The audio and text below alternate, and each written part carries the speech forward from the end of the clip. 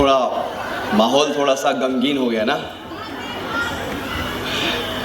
Performance देख के मैं खुद को भी रोक नहीं पाया। हम लोग खुद बहुत एक्टिंग करते हैं, लेकिन जब बात आती है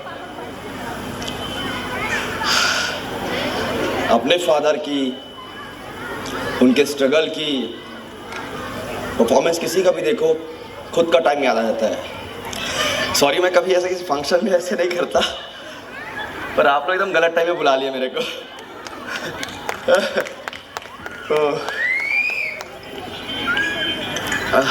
सॉरी। मेरे को याद है मेरे फादर एक्चुअली मैकेनिक थे पहले। मैकेनिक में समझते ना, मिस्त्री होते जो गाड़ी बनाते हैं। बहुत मतलब मिडिल क्लास तो बहुत ऊपर हो जाता है, बहुत नीचे से आया हूँ मैं। मेरे फादर मिस्त्री थे। मेरे को याद है कि हम लोग जहाँ रहा करते थे ना, रोड नहीं था वहाँ पर, रोड पानी कुछ भी नहीं था। मेरे पापा सुबह 7 बजे राजनांदगांव से दुर्ग गैरेज जाया करते थे। एक बस कंपनी में काम करते थे वो। रात को 9 बजे आते थे वो वहाँ से, पता है।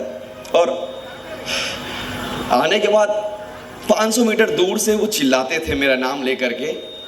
मेरी मम्मी दूर से लालटेन दिखाती थी।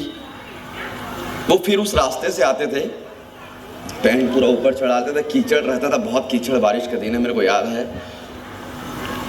और आते थे, फिर वो फ्रेश होते थे, हाथ मुंह धोते थे, हम लोग सब साथ में खाना खाते थे। बहुत साल तक ऐसे ही चलता रहा। मेरे को लगता था कि मेरे पापा ट्रेन से जाते हैं तो वाकई में कुछ अच्छा काम, क्योंकि मेरे पापा अच्छे कपड़े पहन के आते थे, अच्छे कपड़े पहन के आते थे। जब थोड़ा बड़ा हुआ, मैं 12-15 साल का करीब हुआ, मैं बोला कि गैरेज जाए। तो मैं और मेरा बड़ा भाई, हम दोनों अपने पापा के गैरेज गए थे दुर्ग में। हम लोग खेल रहे थे इधर उधर, सब सामान पड़ा हुआ था, हम लोग सब खेल रहे थे। मैं देखा मेरे पापा अंदर गए चेंज करके। जब वो वापस आया तो मैं उनको देखता रह गया।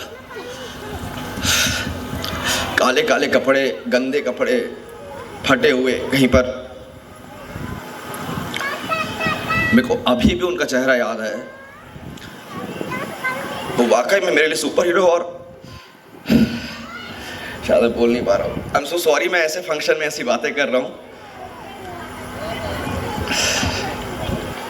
तो पहली बार उनको देखा था, फिर देखा कि वो बस के नीचे घुस करके धूप में, ठंडी में, मतलब काम कर रहे हैं। वो ये उठा रहे, भारी भारी सामान उठा रहे।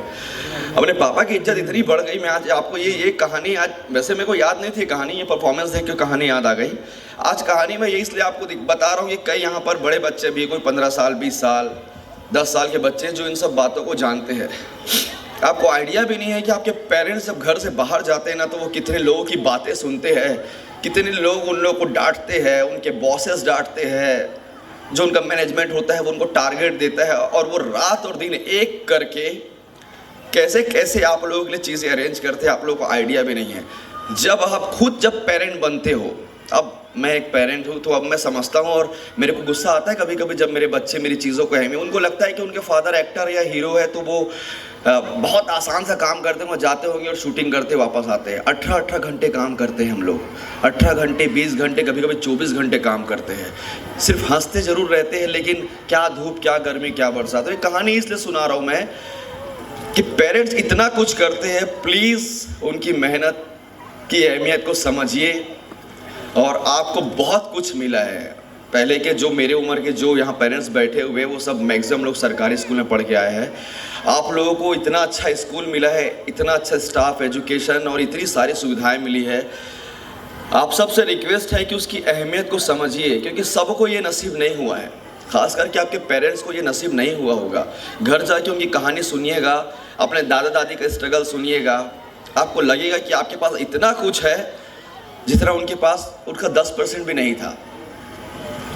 तो बस उनकी अहमियत समझिए। आपका पूरे स्टाफ का, पूरे मैनेजमेंट का बहुत बहुत थैंक यू कि आपने ऐसे प्रोग्राम में मुझे बुलाया। मैं बहुत सारे इवेंट्स में जाते हैं, नाचते गाते डांस करते वापस आते, लेकिन पहली बार ऐसा लगा कि मैं ऐसी जगह आया हूँ जहाँ मैं कुछ ऐसा बता सकता हूँ जो लोग समझेंगे। तो आप अपने मम्मी पापा को समझिए। आजकल के बच्चे लाउडली बोल देते हैं, अपने माता पिता को बहस करते हैं, मुजूरी करते हैं। मत कीजिए, क्योंकि जिस दिन आप पेरेंट बनेंगे आपको समझ आएगा कि वाकई में हम बहुत गलत करते थे। मेरे को भी अब लगता है कि जब कभी मैं अपनी मम्मी से ऊंची आवाज़ में बात कर लिया करता था, पापा से तो खैर बहुत ही प्यार था, पापा से तो ऊंची आवाज़ में बात नहीं की हमने, लेकिन मम्मी से जब ऊंची आवाज़ में बात कर लिया, अब जब मेरी बेटी या मेरा बेटा जब अपनी मतलब उनकी मम्मी से जब बात करते हैं तो इतना बुरा लगता है, ऐसा लगता है कि कैसे बच्चे जो समझते नहीं, जो तुम्हारे लिए सुबह से उठ करके रात तक के जो माँ सोती नहीं, तुम्हारे उठने के पहले उठती है, तुम्हारे सोने के बाद सोती है, फिर भी तुम बच्चे उसकी अहमियत नहीं समझते हैं। तो ये सिर्फ एक छोटी सी कहानी है ये समझाने के लिए कि अपने माता पिता की अहमियत को समझो, क्योंकि वो आपके लिए बहुत जलते हैं, तब जा कर के आप अच्छे कपड़े, अच्छी एजुकेशन, अच्छा खाना खा पाते हैं। ज़्यादा कुछ है नहीं मेरे पास बोलने के लिए, मैं अपना इंट्रोडक्शन भी नहीं दे पाया। मेरा नाम मन कुरैशी है और मैं फिल्मों में काम करता हूँ। बहुत सारे इवेंट्स में जाते हैं, लेकिन बहुत कम होता है जब हम स्कूल कॉलेज में जाकर अपनी बात बोल पाते हैं।